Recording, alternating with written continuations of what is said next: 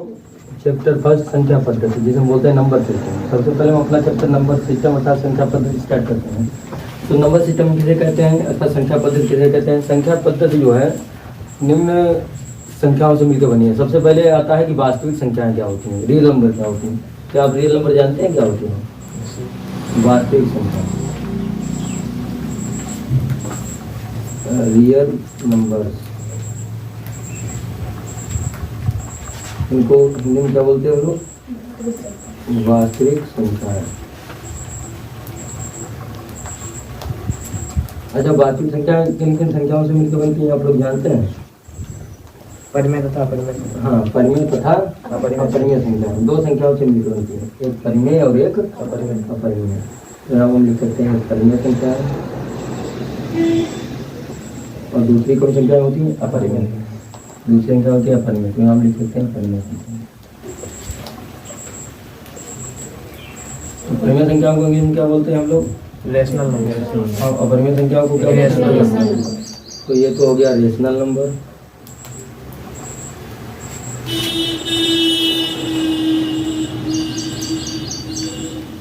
और ये क्या हो गया? Irrational number.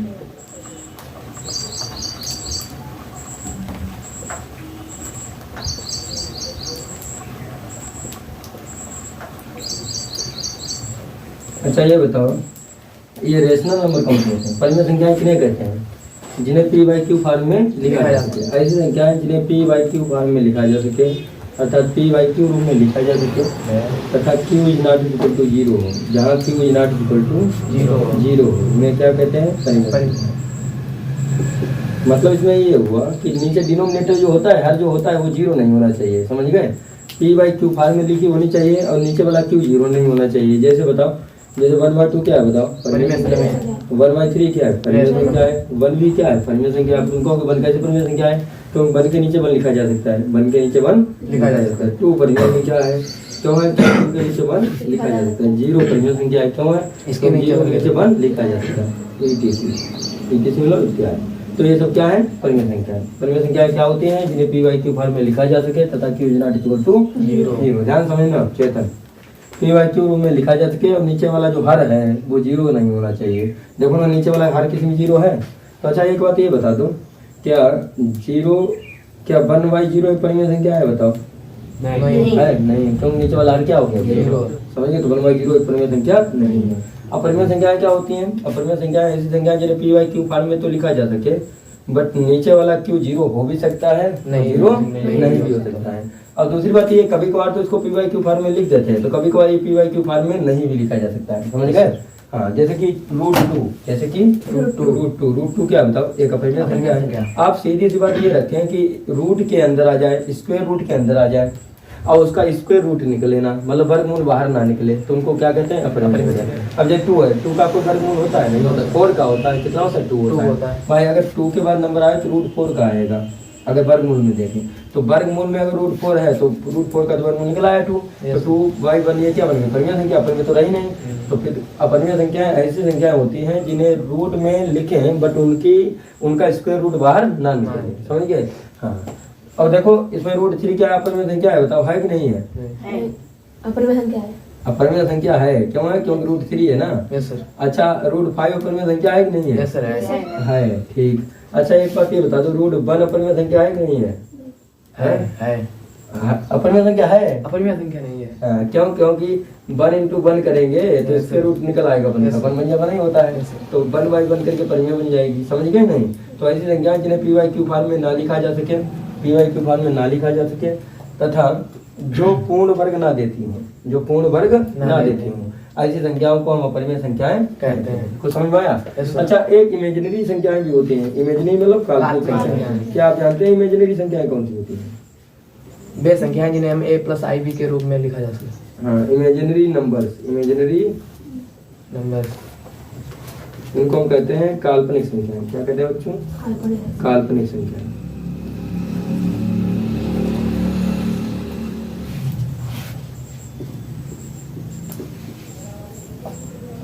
काल्पनिक संख्या। अब बताओ काल्पनिक संख्या किन्हें कहते हैं? जिन्हें a + i b के रूप में लिखा जा सके। अर्थात इसको किस रूप में लिख सकते हैं बताओ, ए प्लस आई बी आई बी फॉर्म में लिखा जा सके, जिन्हें ए प्लस आई बी के फॉर्म में लिखा जा सके, जहाँ आई क्या है, आयोटा। आयोटा मीन्स होता है कोई काल्पनिक नंबर, समझ गए। तो कोई भी काल्पनिक नंबर सोचना है, अब काल्पनिक नंबर कैसा होगा, जो कि ऋणात्मक होगा, समझ गए। और ऋणात्मक कैसा नंबर होगा, वो पूर्ण वर्ग के अंदर होगा, वो वर्गमूल के अंदर होगा। वर्गमूल का साइन जानते हो, जो स्क्वायर रूट का साइन, सर इस प्रकार का साइन होता है वर्गमूल का, समझते हो। इसको इंग्लिश में क्या कहते हैं, स्क्वायर रूट। अब समझो आई का मतलब ये हो गया कि स्क्वायर रूट के अंदर -1, स्क्वायर रूट के अंदर -1, तो ये आई की वैल्यू होती है बच्चों। अच्छा ये बताओ, अगर इन दोनों बच्चों का वर्ग कर दे, squaring both side, squaring both side कर दे, क्या हो जाएगा, आई स्क्वायर हो जाएगा। अच्छा इसका स्क्वायर करो, 1 स्क्वायर, तो रूट हट जाएगा। देखो ऐसे जब स्क्वायर रूट हटाते हैं तो क्या होता है बताइए, स्क्वायर रूट हटाते हैं तो पावर कितनी आती है, 1/2, और ऊपर भी 2 से 2 कैंसिल, तो कितना रह जाएगा, -1, कितना रह जाएगा, -1। कुछ समझ में आया। अच्छा अब आई टू पावर 4 की वैल्यू पूछ रहे तो कितनी हो जाएगी बताओ, आई टू पावर 4 की, आई टू पावर 4 की, अरे सीधी सी बात है, आई स्क्वायर का स्क्वायर क्या हो जाएगा, आई स्क्वायर का स्क्वायर, इसका मतलब -1 का स्क्वायर। भाई आई स्क्वायर बोलो कितनी है, -1 का स्क्वायर, और -1 का स्क्वायर करेंगे कितना आ जाएगा, +1, तो आई टू पावर 4 की वैल्यू कितनी आ गई, +1। समझ गए। तो इस प्रकार ये हमने समझा, इतना पहले नोट कर लें, फिर आगे। पूर्णांक भी किसका भाग है, वास्तविक संख्या का। वास्तविक संख्या है भाई, दो संख्याओं से मिलकर बनती हैं, परिमेय संख्याएं हैं और अपरिमेय संख्याएं। तो कुछ न कुछ पूर्णांक भी किससे रिलेट करता है, वास्तविक संख्या से, रियल नंबर से। पूर्णांकों की संख्या कहते हैं क्या है बच्चों, इंटीजर।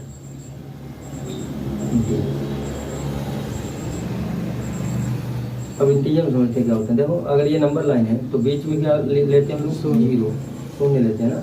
इसके राइट हैंड में जाते हैं तो कैसे नंबर साथ में, और लेफ्ट हैंड में कैसे जाते हैं, नेगेटिव। तो अगर हम इधर जाएंगे तो कितना हो जाएगा, +1, +2, +3, +4, +5, ऐसे डॉट डॉट करके लास्ट में कितना चला जाएगा बच्चों, प्लस इन्फिनिटी। ठीक, अगर हम इसकी बात करें तो -1, -2, -3, और इसे लास्ट तक आ जाए बच्चों कितना आ जाएगा, -इन्फिनिटी। अब यहाँ पर विशेष बात है, ध्यान देना, इसको हम कहते हैं जीरो इंटीजर। इसको क्या कह देते हैं, जीरो इंटीजर, और शून्य पूर्णांक। हिंदी में कहें तो क्या कह देंगे, शून्य पूर्णांक। इंग्लिश में कहें तो क्या कह देंगे, जीरो इंटीजर।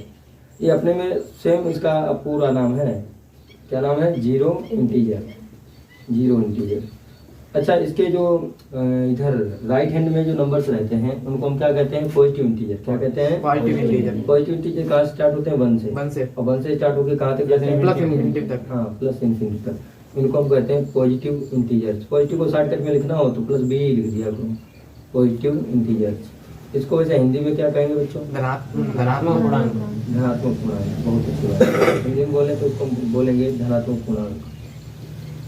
अच्छा एक नाम इसको और दिया जा सकता है, याद है तुमको, यस सर, क्या, प्राकृतिक संख्या। बहुत अच्छी बात। इसको क्या कहते हैं, प्राकृतिक संख्या, अर्थात इसे हम नेचुरल नंबर भी कह देते हैं। प्राकृतिक संख्या मतलब नेचुरल नंबर। क्या इनसे आप इसे समझ लेंगे, यस सर। हाँ, इसे हम क्या कह देते हैं, नेचुरल नंबर। अच्छा बात आती है होल नंबर किसे कहते हैं, जब हम इसकी स्टार्टिंग 0 से करते हैं, किससे करते हैं, 0 से लेके लास्ट तक ले जाएं तब हमको क्या बोल दिया करते हैं, होल नंबर। अब हम इनको बोल देंगे होल नंबर, अगर 0 से स्टार्ट कर दिया।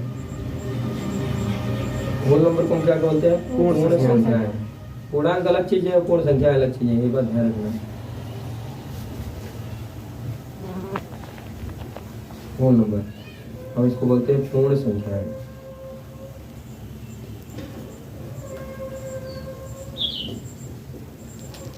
अच्छा इनको क्या बोलते हैं, इधर वालों को नेगेटिव इंटीजर। Negative integer.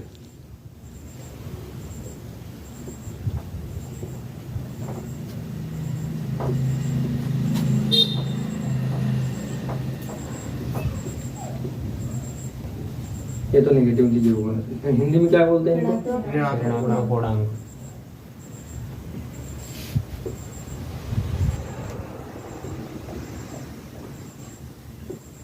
ऋणात्मक पूर्णांक। तो हम समझे धनात्मक पूर्णांक, ऋणात्मक पूर्णांक, जीरो इंटीजर, पूर्ण संख्या है। पूर्ण संख्या क्या होती है, जो 0 से स्टार्ट होके अनंत तक जाती है। धनात्मक संख्या क्या होती है, जो 1 से लेकर के लास्ट तक जाती है, जैसे 1 2 3 4 5 6 7, ये भी इंक्लूड है इसमें। अच्छा, धनात्मक पूर्ण संख्याओं को ही हम क्या कहते हैं? Natural number. सही है, मतलब प्राकृतिक संख्याएं। अच्छा, निगेटिव इंटीजर क्या होते हैं? जिनको बोलते हैं ऋणात्मक पूर्णांक। ऋणात्मक पूर्णांक क्या होते हैं? जिनको हम -1 से स्टार्ट करते हैं, -∞ तक ले जाते हैं। -1 2 -∞ क्या कहलाता है कि -1 -2 -3 सब आ जाएंगे। अब समझना थोड़ी, जैसा जैसे हम राइट हैंड की तरफ बढ़ेंगे वैसे वैसे नंबर अपने में बढ़ेंगे, और जैसे जैसे हम लेफ्ट की तरफ बढ़ेंगे वैसे अपने में नंबर घटेंगे। जैसे सुनो, 5 से छोटा कौन है? 4, 4 से छोटा कौन है? 3, 3 से छोटा 2, 2 से छोटा 1, 1 से छोटा 0, 0 से छोटा -1, -1 से छोटा -2, -2 से छोटा -3। समझ गए? तो अगर हम तुमसे पूछ दें, बताओ कि -4 बड़ा है कि -1 बड़ा है? -4 बड़ा है। -4 बड़ा है, -1 बड़ा है। -1 बड़ा है। तो जो बड़ा होगा उसकी तरफ ये साइन जाएगा, इसका मुख उसकी तरफ चला जाएगा। सही है? हाँ, तो कौन बड़ा है? -1। तो -1 इज ग्रेटर देन -4, इसको करेंगे। सही है? अब जिससे पूछेंगे वही बोलेगा। निधि बोलो, -3 बड़ा है कि -2 बड़ा है? -2 बड़ा है, तो साइन इसकी तरफ इस पता चला जाएगा। सही है? अच्छा, ठीक है। जिससे पूछेंगे वही बोलेगा। ये 0 बड़ा है या -5 बड़ा है? आप बताओ। 0 बड़ा है, तो 0 की तरफ ये साइन चला जाएगा। समझ गए? तो क्या आप ये समझ गए? क्या समझ में आ गया आपके? ठीक है, नोट कीजिए, नोट करो। तो हम तो जानते हैं कि अगर कोई संख्या रेखा हम लेते हैं तो बीच में हम क्या उसे सपोज करते हैं 0। सही है? और उसके राइट में हम जाते हैं तो क्या लेते हैं? पॉजिटिव इंटीजर्स, और लेफ्ट में हम क्या लेते हैं? Negative integers. मालूम है? राइट हैंड साइड में धनात्मक संख्या है और लेफ्ट हैंड साइड में ऋणात्मक संख्या है। तो धनात्मक संख्याएं कौन सी होती हैं? आपको मालूम है, 1 होता है, प्लस का 2 होता है, प्लस का 3 होता है, प्लस का 4 होता है। मालूम है? और लास्ट तक हम चले जाते हैं। और ये यूनिट जो बीच में यूनिट रहती है ना, इसकी इक्वल डिस्टेंस होनी चाहिए। मतलब चाहे आप उसे मेजर करके रखें, चाहे आप जैसे भी रखें, अगर अनुमानित रखेंगे तो इसकी दूरी जो है बीच में आपस में बराबर रहनी चाहिए। कुल मिला के ये होता है। अब उसे हम संख्या रेखा पर उसका निरूपण सही मानते हैं, अन्यथा उस निरूपण को हम गलत मानते हैं। कैसे? अगर आप ये निरूपण कर रहे हैं, मान लीजिए ये नंबर लाइन है और यहाँ पर 0 लिखा है, और आपने क्या किया? एक नंबर को तो यहाँ लिख दिया, एक नंबर को यहाँ लिख दिया, फिर एक को यहाँ लिख दिया और एक को यहाँ लिख दिया, तो ये निरूपण गलत है। ये निरूपण गलत है, क्योंकि बीच में जो डिस्टेंस है ना वो इक्वल डिस्टेंस नहीं है। जब बीच में इक्वल डिस्टेंस होती है तो हम कहते हैं संख्या रेखा पर संख्याओं का जो निरूपण है बिल्कुल सही है और बिल्कुल तथ्य पर आधारित है। तो देखो 0 1 2 3 4 5। अब देखो ये निरूपण तुमको कुछ ना कुछ सही दिख रहा होगा। अगर अनुमानित डिस्टेंस भी देखें तो बीच में इसकी इक्वल डिस्टेंस दिख रही कि नहीं दिख रही? वैसे आप नाप करके कर सकते हैं। इधर इनफाइनाइट और इधर क्या होता है? देखो इधर भी इक्वल डिस्टेंस रहनी चाहिए। जैसे इतनी इधर थी तो इतनी ही इधर है। -1 -2 और -3 -4 और -5, और इधर क्या आ जाएगा? -∞। इधर आ जाएगा -∞। अब आपको किसी भी संख्या रेखा पर निरूपण करना है। आप ही बता दो कौन सा नंबर ले लें जो संख्या रेखा पर निरूपित कर दें, हम आपके हिसाब से कर देंगे। मान लीजिए, बताओ कौन सा ले लें? आप ही बता दें। कोई भी एक परिमेय संख्या बताओ जिसका हम संख्या रेखा पर निरूपण करें। तुम ही बता दो। 3/4। 3/4। अब ध्यान समझना, जैसे इन्होंने बोला कि आप 3/4 का संख्या रेखा पर निरूपण कर दें, तो मान लो ये है नंबर लाइन। ये क्या है? Number line. आप एक बात समझे ध्यान से कि हम किसी का भी पार्ट करते हैं, जैसे हमें किसी चीज के 4 पार्ट करने हैं, 4 भाग करने हैं, तो हम क्या करते हैं? उसको भाग में लाते हैं, बटे में लाते हैं। सही है? जैसे उसको 4 भागों में काटना है तो हम उसके काटते हैं। अब काटना मतलब बांटना। किस चीज को बांटना है तो उसको हम क्या करते हैं? हर में लाते हैं। जैसे सुनो, अगर एक भाग को 4 भाग में बांटना है तो क्या करेंगे? 1/4 लिख देंगे। इसी एक को अगर 5 भागों में बांटना है तो क्या लिख देंगे? 1/5 लिख देंगे। सही है कि नहीं सही है? अगर इसी एक को 8 भागों में बांटना है तो क्या लिख देंगे? 1/8 लिख देंगे। अब बताओ, तीनों संख्याओं में सबसे बड़ी संख्या कौन सी है? सबसे बड़ा नंबर कौन सा है तीनों में? सबसे बड़ा नंबर कौन सा है? 1/4। क्यों? क्योंकि इसका जो डिनोमिनेटर है ना वो सबसे छोटा है। दूसरी बात ये कि ये तो केवल 4 ही भागों में बट रहा है, ये देखो 5 भागों में बट रहा है, तो 5 भाग ज्यादा हो गए ना। यानी 5 भाग बांटे तो चीज थोड़ी पड़ी, 4 भाग बांटे तो चीज थोड़ी ज्यादा पड़ी, लेकिन 8 भाग कर दिए तो चीज और थोड़ी पड़ी। तो सबसे बड़ा पार्ट कौन सा? 1/4। क्या आपको समझ में आया? यानी ये नीचे वाला पार्ट ये बताता है कितने भागों में बांटा है। जैसे एक को 4 भागों में बांटना है, एक को 5 भागों में बांटना है, एक को 8 भागों में बांटना है। तो आप ये बोलो, ये 3/4 लिखा है, तो हम सबसे पहले क्या करते हैं? एक यूनिट डिस्टेंस ले लेते हैं। यूनिट डिस्टेंस मतलब एक इकाई की दूरी। जैसे मान लो बीच में हमने ले लिया 0, तो 1 इकाई की दूरी हमने यहाँ तक ले ली 1। ठीक, ये बीच में एक डिस्टेंस ले ली। वो डिस्टेंस तुम चाहे अपने पैमाने के अनुसार माप करके लिख सकते हो। जैसे हमने लिख लिया, क्या लिख लिया कि 1 इकाई बराबर 3 सेंटीमीटर। 1 इकाई बराबर, हमने क्या किया है कि 1 यूनिट मतलब 1 इकाई को हमने 3 सेंटीमीटर के इक्वल लिया बच्चों। हमने क्या किया बोलो, हमने एक इकाई को 3 सेंटीमीटर के इक्वल ले लिया। जब हमने एक इकाई को 3 सेंटीमीटर के इक्वल ले लिया, ध्यान समझना, जब एक इकाई को हमने 3 सेंटीमीटर की इक्वल ले लिया तो हमने 3 सेंटीमीटर यहाँ पर वो पटरी रखी, वो मेजरमेंट किया, मेजरमेंट करके हमने 1 यूनिट यहाँ रख ली, क्योंकि ये 0 से लेकर 1 तक की जो डिस्टेंस है वो कितनी है, 3 सेंटीमीटर। बट इकाई में देखें, पैमाने में देखें तो ये किसके इक्वल है, एक इकाई को। समझ में आया, 1 यूनिट के। अब सुनो, अब क्या है कि 3/4 है। 3/4 का मतलब क्या हो गया कि 4 भागों में डिवाइड करना है। कितने भागों में डिवाइड करना है, बट 3 पर जाकर के इसको रोक देना है। 4 भागों में डिवाइड करना है, बट 3 पर जाकर के इसको रोक देना है। जैसे सुनो, 4 भागों में डिवाइड करो, 1 2 3 4 हो गए 4 भाग। अब देखो 1 2 3 पर हमने क्या कर दिया, रोक दिया, यहाँ पर कर दिया सर्कल, और यही हमारा नंबर हो गया। कितना बच्चों, कितना हो गया, 3/4। कुछ समझ में आया कि नहीं? मतलब 4 भागों में डिवाइड करना है, 3 पर जाकर के रोक देना है। क्या आप समझे कि नहीं समझे? सब जैसे ऐसे ही एक नंबर और है जो कि तुम्हारे बुक में दिया गया है, उसने कहा 3/5 को कर दो। किसको कर दें, 3/5 को। तो बताओ 3/5 को कैसे करोगे, 3/5। अब तुमको मालूम हो गया होगा, बताओ कैसे करोगे। सबसे पहले एक नंबर लाइन बनाएंगे, उस नंबर लाइन में बीच में 0 मानेंगे, फिर अपने अनुसार एक यूनिट तय करेंगे। मान लो एक इकाई हमने 3 सेंटीमीटर ले लिया, तुम्हारी मर्जी 2 भी ले सकते हो, तुम्हारी मर्जी 1 सेंटीमीटर भी ले सकते हो, लेकिन 1 सेंटीमीटर में जो तुमको इसको बांटोगे तो वो छोटा छोटा बांट पाओगे। तो कुछ ना कुछ ऐसा किया करो, 2 सेंटीमीटर से एवं ही लिया करो, ऊपर ही लिया करो। मान लो हमने 1 सेंटीमीटर दूरी ले ली है, वो एक इकाई की दूरी ले ली है 3 सेंटीमीटर की इक्वल। सही बात है, ठीक है। 3 सेंटीमीटर की दूरी में एक इकाई की इक्वल ले ली। और अच्छा, एक बात तुमको और भी इसमें नजर आ रही होगी कि जो 3/5 है 1 से छोटी है वैल्यू, है कि नहीं है? तो 1 से छोटी है तो 0 और 1 के बीच में तो आने वाली है। तुम कहोगे 1 से छोटी कैसे, देख लो बच्चों, 5 से 3 में भाग दो, 5 से 3 में भाग दो। जब भाग देंगे तो लगाया 10 बढ़ाया 0, 5 छक्का 30, ये कितना 0.60 के करीब आया। बल्कि 1 बनने के लिए क्या जरूरी होता है, 100%, है कि नहीं? ये तो 60% ही करीब रहा कि नहीं रहा? तो ये 1 से छोटा है, 1 से छोटा है तो सीधी सी बात है कि 0 और 1 के बीच में रहेगा, 1 से पार नहीं जाएगा। ये भी अनुमान लगाया जा सकता है। और एक अनुमान ये भी लगाया जा सकता है कि 0 से 1 तक की एक यूनिट ले लो, इकाई ले लो, और फिर क्या करो, इसे 5 बराबर भागों में बांटो। 1 2 3 4 और 5, फिर क्या कर दो, 3 पर जाके टिक कर दो, 1 2 3। तो यही आपका हो गया कितना, 3/5। 3/5 को हम किस प्रकार निरूपित करेंगे, हमने बताया था कि अगर ये नंबर लाइन है और यहाँ पर अगर हम 0 सपोज कर लेते हैं तो 3/5 जो है 1 से कम नंबर है कि नहीं? देखो ना, 5 6 जा 30, यानी 0.60 आएगा। 100% होना चाहिए, सॉल्व भी करके देखना था। तो अगर हम देखें, हमने कहा था कि 1 यूनिट दूरी ले लो आप, 1 यूनिट दूरी मतलब 1 इकाई, और 1 इकाई इक्वल टू कितना ले लें हम, 3 सेंटीमीटर। तो हम 3 सेंटीमीटर मेजर कर लेंगे, नाप लेंगे, और नाप करके हम 1 इकाई यहाँ पर नोट कर देंगे। सही है। तो यहाँ से यहाँ तक की जो मेजरमेंट है कितनी है एक्चुअल में, 3 सेंटीमीटर, यानी एक इकाई इक्वल टू कितना है बताइए, 3 सेंटीमीटर। हालांकि मैं नापा नहीं, लेकिन हम अनुमानित करते हैं कि 1 इकाई इक्वल टू कितना है, 3 सेंटीमीटर। 1 यूनिट इक्वल टू कितना है, 3 सेंटीमीटर। अब आप ये देखिए, अगर ये 1 यूनिट है यहाँ से लेकर यहाँ तक, तो ये तो यूनिट 60 है, मतलब 1 से कम ही है। तो अब कितने भागों में से बांटना है, 5 भागों में बांटना है। तो पहले 5 भागों में बांट लो। देखो 1 2 3 4 ये 5 स्वयं है। तो हमने क्या बोला था कि अगर इस नंबर को रिप्रेजेंट करना है तो आप देखो 5 नीचे वाला बताता है कि भागों में बांटना, भाग में है तो उस भाग में डिवाइड करना, है कि नहीं? ऊपर वाला बताता है जहाँ तक जाओ तीसरे नंबर पर टिक करके इस डेसिमल नंबर को रिप्रेजेंट कर दो। तो जब 3 पर कर दो जाके 1 2 3, तो ये हो गया आपका कितना नंबर, 3/5। कल यही बताया था, समझ में आ गया होगा। और ये स्थिति कब है बच्चों में, आप मान लो ये आपका ए है और नीचे वाला टर्म आपका बी है, तो ये किस फॉर्म में लिखा है, A/B रूम में, किस रूम में लिखा है, A/B रूम में। तो ये स्थिति कब है, जब B is greater then A हो। देखो ना, B बड़ा है, B 5 है और A 3 है, तो बड़ा कौन सा, B। तो B is greater then A हो। या हम इसको दूसरे रूम में कहें तो किस प्रकार कह पाएंगे बताओ, कि A is less than B हो, A is less than B हो। दोनों बातें एक ही हैं, सेम है। देखो ये जो साइन हम बना रहे हैं, इसका मुख जिधर जाएगा ना वही चीज बड़ी मानी जाएगी। तो देखो इसका मुख किधर जा रहा है, बी की तरफ, तो बी इज ग्रेटर देन ए लिखा, बी इज ग्रेटर देन ए कहो या ए इज लेस देन बी कहो, दोनों बातें सेम है कि नहीं?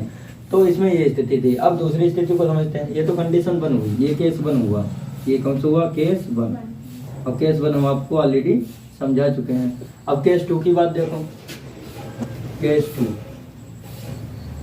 केस 2 में क्या है कि अभी तो हमने देखा कि A is less than B। अब हम केस 2 में क्या देखेंगे, when A is greater than B। हाँ, केस 2 में बच्चों क्या देखेंगे, when A is greater than B. अब ए की वैल्यू कोई भी बड़ी ले लो, ऊपर वाली बड़ी वैल्यू ले लो और नीचे वाली वैल्यू छोटी ले लो। बताओ कौन सी फ्रैक्शन लेने, कौन सी भिन्न लेने, तुम ही बता दो। जो ऊपर वाली वैल्यू बड़ी हो नीचे वाली छोटी, तुम ही बता दो कौन सी लेने। हाँ 5/3। इन्होंने बोला कि 5/3 ले लो, ठीक, बहुत अच्छी बात है, हम 5/3 को लेते हैं। सबसे पहले क्या करते हैं, ये जो फ्रैक्शन की होती है इसे हम जो है मिक्स फ्रैक्शन में चेंज करते हैं। मिक्स फ्रैक्शन उस फ्रैक्शन को कहते हैं जिसने हम राइट करके लिखते हैं। जैसे देखो सुनो, 3 मतलब 1 लिख लिया, सही है। कितना बच गया ऊपर 2 और नीचे कितना है 3, यानी 3 बन जा 3 और कितना ऊपर बचा 2, नीचे कितना है 3। तो ये 1 होल 2/3 हुआ। तो इसका मतलब ये हुआ कि ये 1 से तो आगे ही जाएगा। यानी सुनो, इसको हम किस प्रकार बोल सकते हैं बच्चों, इसको हम बोल सकते हैं कि 1 + 2/3, इसको बोल सकते हैं 1 + 2/3। अब इसको नंबर लाइन पर रिप्रेजेंट करो, तो देखो बीच में क्या माना जाएगा 0, सही है। अब इसको कितने यूनिट तक ले जाना है आप बता दीजिए खुद कि 1+ यानी 1 से तो आगे ही है, 1+ यानी 1 से अधिक, 1 से अधिक। और अब आप अब आप 1 यूनिट कितना लिए थे, 3 सेंटीमीटर। हाँ तो वही हम फिर से ले रहे हैं कि 1 यूनिट इक्वल टू यानी 1 इकाई इक्वल टू 3 सेंटीमीटर। वो अपना आप ही ले लेना जैसा। तो हमने 3 सेंटीमीटर 1 इकाई यहाँ पर ले लिया, ठीक है। अब जितना 3 सेंटीमीटर बच्चों यहाँ पर लिया है ना, उतना ही 3 सेंटीमीटर आगे बढ़ा लो। आप कहेंगे क्यों, क्योंकि 1+ लिखा है, 1+ मतलब 1 के तो आगे ही जाएगा, 1 के इधर नहीं जाएगा, 1+ 1 के आगे। तो 1 के आगे कितना जाएगा, आप तो जानते हैं कि 1 और 2 के बीच में रहेगा। तो जितनी डिस्टेंस ये है उतनी डिस्टेंस मेजर करके हमने आगे को ठीक कर दिया, उसे नंबर दे दिया 2, सही है। अब आप ये देखिए कि ये 1 से आगे जाने वाला है, इसको मतलब 1 के इधर जाएगा। तो 1 के इधर जाकर के कितने भाग में डिवाइड करना है बताओ, 3। तो 3 भाग में डिवाइड करो, देखो 1 2 इक्वल भाग में, 1 2 और 3 तो सेम है। तो ऐसा करते हैं, हाँ थोड़ी थोड़ी डिस्टेंस इक्वल लेना, इक्वल डिस्टेंस लेनी चाहिए बीच में ना। तो मान लीजिए इतना 1 इतना 2 3 सेम है कि नहीं। अब आपको कहाँ से जाना है, 2 तक जाना है। तो देखो 1 2 ये कितना हो गया, यही पूरा हो गया। ये कितना हो गया 1 होल 2/3, या हम कहते हैं 5/3। ये पूरा कंप्लीट हो गया। ये कंप्लीट कितना हो गया बच्चों 5/3। समझ में आया आपके। ये तो इतना नोट कर लो, फिर आगे बताओ। जब ना समझ में आए तो पूछ लें, ठीक है। क्या समझ में आया तुम्हारे? Yes sir. देखो बच्चों, अब हम 2 परिमेय संख्याओं के बीच एक परिमेय संख्या को ज्ञात करना सीखते हैं। तो 2 परिमेय संख्याओं के बीच एक परिमेय संख्या को अगर ज्ञात करना हो तो हम कैसे करेंगे। देखो मान लो 2 परिमेय संख्याएं आपकी ए और बी हैं। कौन सी हैं, ए और बी। इनके बीच हमें परिमेय संख्याएं निकालना है। तो सीधी सी बात है कि हम एक फार्मूला भी लगा देते हैं। कौन सा लगा देते हैं, अगर इन 2 परिमेय संख्याओं के बीच एक बीच वाली परिमेय संख्या चाहिए आपको, तो आप ये फार्मूला लगा देते हैं a + b/2, अर्थात दोनों को जोड़ दें और हाफ कर दें, तो ये फार्मूला कम दे देता है। अन्यथा क्या करते हैं, दूसरा तरीका ये होता है कि उनके हम एलसीएम लेकर के उसके नीचे वाले पार्ट को इक्वल करते हैं। जैसे मान लो ये 2/3 है और ये आपका है 5/4। तो हम क्या करेंगे, इनके बीच आपको परिमेय संख्या चाहिए, तो हम क्या करेंगे, नीचे वाली, ये पहला तरीका है, ठीक। पहला तरीका हमने क्या बोला, फार्मूला बेस्ड। फार्मूला बेस्ड मतलब अगर 2 संख्याओं के बीच आपको परिमेय संख्या चाहिए तो क्या करो, दोनों को जोड़ दो और हाफ कर दो, तो इसके बीच वाला ये नंबर आ जाएगा, ठीक। हाँ, और अगर आपको क्या कि अगर 2 नंबर दिए हैं उनके बीच ऐसे नहीं तो इस प्रकार चाहिए नंबर, तो किस प्रकार लाएंगे, पहले इनका हर बराबर करेंगे। हर मतलब डिनोमिनेटर 3 अलग है, इधर 4 है, देख रहे हो। तो ये दोनों कैसे इक्वल होंगे, आप देखो 3 4 जा 12, तो 12 बनना चाहिए। नीचे क्या बनना चाहिए, 12। बताओ यहाँ पर 12 बनाने के लिए ऊपर नीचे किससे मल्टीप्लाई करें, 4 से। और यहाँ पर 12 बनाने के लिए ऊपर नीचे किससे मल्टीप्लाई करें, 3 से। समझ रहे हो बच्चों, ठीक है। ऐसे तो 3 4 जा 4, 2 4 जा 8 और 3 4 जा 12, 2 चक्कू 8, 2 3 चक्कू 12, 5 3 15, 5 3 जा 15 और नीचे 4 3 जा 12। अब इनके बीच की संख्या लिख सकते हो, देखो 8/, और नीचे वाला बराबर हो गया, इक्वल हो गया, तो आगे बढ़ाते चले जाइए। 8/12 के बाद क्या आ जाएगा, 9/12, और 9/12 के बाद क्या आ जाएगा, 5/12, और 10/12 के बाद क्या आ जाएगा, 11/12। इस प्रकार आगे भी बीच में लिखी जा सकती है। समझ में आई बात? अच्छा, अब एक तीसरा तरीका भी बच्चों हो सकता है। तीसरा तरीका क्या हो सकता है, पहले इसको नोट करो फिर आगे बताते हैं। ये समझ में आ गया? अच्छा, एक्सरसाइज 1.1 अब स्टार्ट करते हैं।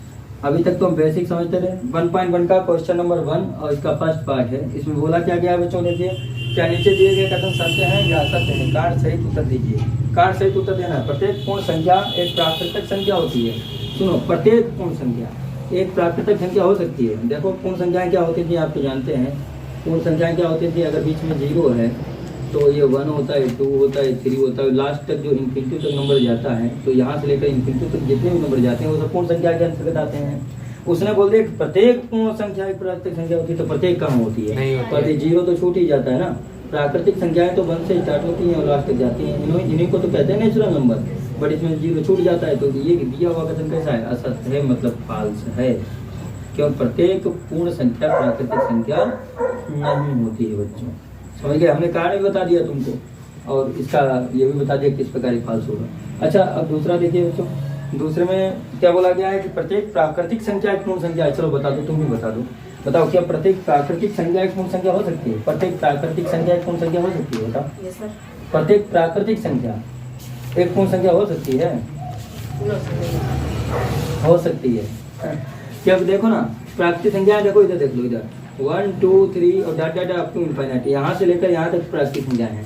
बट पूर्ण संख्याओं की बात करें तो पूर्ण संख्या 0 से लेकर के लास्ट तक है। तो देख नहीं रहे हो, ये वाला हिस्सा जो प्राकृतिक संख्याओं का, ये पूर्ण संख्याओं के अंतर्गत आ रहा है। तो हमने कह दिया कि प्रत्येक प्राकृतिक संख्या पूर्ण संख्या के अंतर्गत आ सकती है।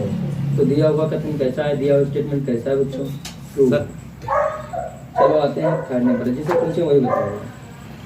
अंशिका बेटा तुम बताओ, प्रत्येक पूर्णांक एक पूर्ण संख्या है क्या? प्रत्येक पूर्णांक, पहले पूर्णांक की समझ लो, अपने नंबर लाइन के सिस्टम से समझाते हैं। यहाँ पर 0 है, यहाँ पर 1 है, यहाँ पर 2 है, यहाँ पर 2 है और यहाँ पर 3 है, यहाँ पर 4 है। ये सिस्टम कहाँ तक गया है? Plus infinity. इसी प्रकार इधर आए तो ये -1 है, ये -2 है, ये -3 है। ये सिस्टम कहाँ तक गया बच्चों? ये माइनस गया है माइनस का इनफिनिटी। समझ लो, बीच में डॉट समझ लें। अब आप ये बताइए, इसने जो पूछा इसी सिस्टम को ध्यान में रख करके काम करना। ये सभी क्या कहलाते हैं बच्चों? बताओ, ये पूरा पोर्शन जो होता है ये क्या कहलाता है? पूर्णांक। इसको हम क्या बोलते हैं बच्चों? पूर्णांक, जिसको हम इंग्लिश में कहते हैं इंटीजर। इंटीजर कहते हैं। तो पूरा पोर्शन जो कहलाता है पूर्णांक कहलाता है, जिसको हम क्या बोलते हैं? इंटीजर। अब आपको बताना क्या है? ध्यान से देखो, आपको ये बताना है कि प्रत्येक पूर्णांक एक पूर्ण संख्या है। बताओ, क्या प्रत्येक पूर्णांक एक पूर्ण संख्या है? नहीं है। तो फिर कौन सा ऐसा पूर्णांक है जो पूर्ण संख्या नहीं है? कौन से पूर्णांक है जो पूर्ण संख्या नहीं है? -1 से इनफिनिटी। हाँ, सभी ऋणात्मक संख्याएं पूर्ण संख्याओं के अंतर्गत नहीं आती हैं। तो दिया हुआ कथन ट्रू है कि फाल्स है? फाल्स है। Very good. तो ये थर्ड पार्ट कैसा हो गया बच्चों? फाल्स है। ठीक है, हम आते हैं आगे इसी के फोर्थ पार्ट पर। फोर्थ पार्ट में क्या बोला गया है कि प्रत्येक परिमेय संख्या एक पूर्ण संख्या होती है। प्रत्येक परिमेय संख्या एक पूर्ण संख्या होती है। तो आप ये देखिए, प्रत्येक परिमेय संख्या एक पूर्ण संख्या होती है। परिमेय संख्याएं किस प्रकार होती है आप तो जानते हैं। परिमेय संख्याएं हमेशा p/q फॉर्म में लिखी जाती हैं पहली बार, जहाँ q ≠ 0 होना चाहिए। तो अगर हम परिमेय संख्या की बात करें तो उसका प्रत्येक परिमेय संख्या एक पूर्ण संख्या होती है। क्या हो जाएगी? नहीं होगी। हाँ? नहीं होगी। नहीं होगी। नहीं होगी। क्यों नहीं होगी? क्योंकि सर जैसे हम एक 3/5 ले लें तो सर उसमें पूर्ण 5 का 30 0.60 आएगा। 0.60 आएगा, तो 0.60 इसके बीच में पड़ जाएगा। सर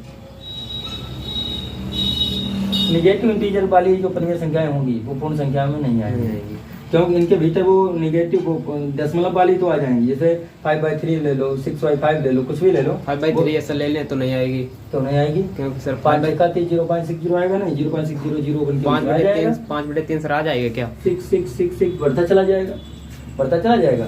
तो ये आसान से निरूपण है। जो आसान से निरूपण होगा वो कभी भी पूर्ण संख्याओं के अंतर्गत नहीं आ सकता। वो कभी भी पूर्ण संख्याओं के अंतर्गत नहीं आ सकता है। इसलिए दिया हुआ ये कथन कैसा है? असत्य, मतलब फाल्स है। समझ गए आप लोग? ठीक है, अब अगला देख लीजिए इसी का 5 पार्ट में क्या बोला गया है? ध्यान देखना। 5 पार्ट में बोला गया है कि प्रत्येक परिमेय संख्या एक पूर्णांक है।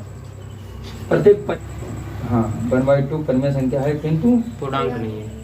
पूर्णांक नहीं है। बहुत अच्छी बात। तो ये दिया हुआ कथन कैसा है? फाल्स है।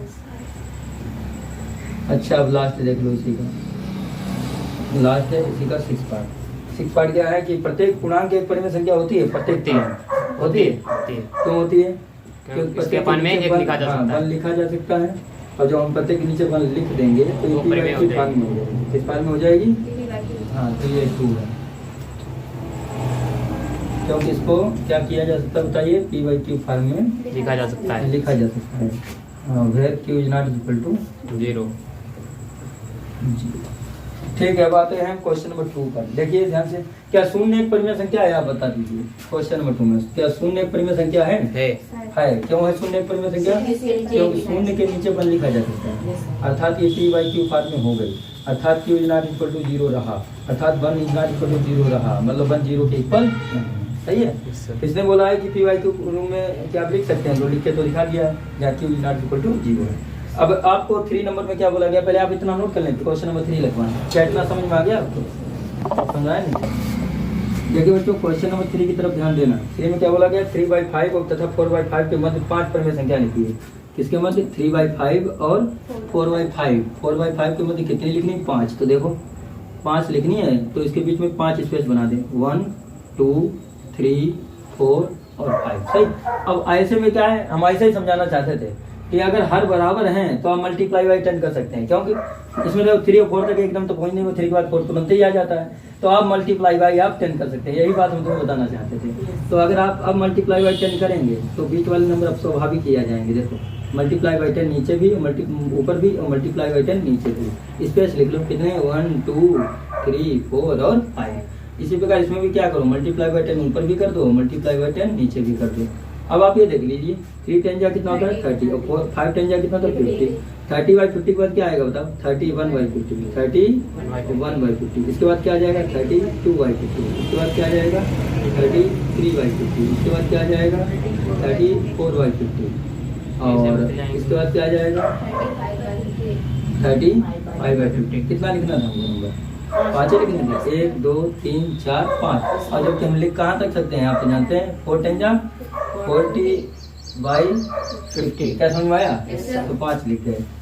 अब अगला भी देख लीजिए इसी क्रम में। इसी क्रम में आप देख लें क्वेश्चन नंबर 4 में क्या बोला गया? 3 और 4 के मध्य 6 परिमेय संख्या लिखिए। ये भी बड़ा सिंपल है, क्योंकि हमने बोला, देखो हम तुम्हें बता दें, 10 से मल्टीप्लाई कब किया जाता है? जब नीचे वाला हर समान हो। 3 और 4 के बीच लिखना है तो 3 लिख लो, और क्या लिख ले? 4 लिख लें, और नीचे क्या माने? 1। देखो 1 1 सेम है, कुछ नहीं तो 1 माने। कितना लिखना है? 6 लिखना है।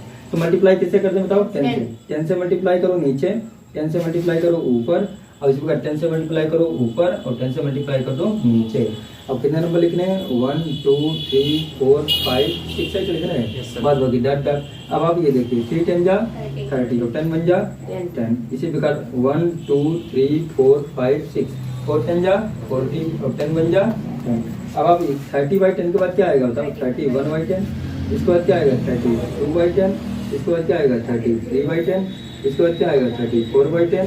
इसके बाद क्या आएगा? 35/10। और इसके बाद क्या आ जाएगा बच्चों? 36/10।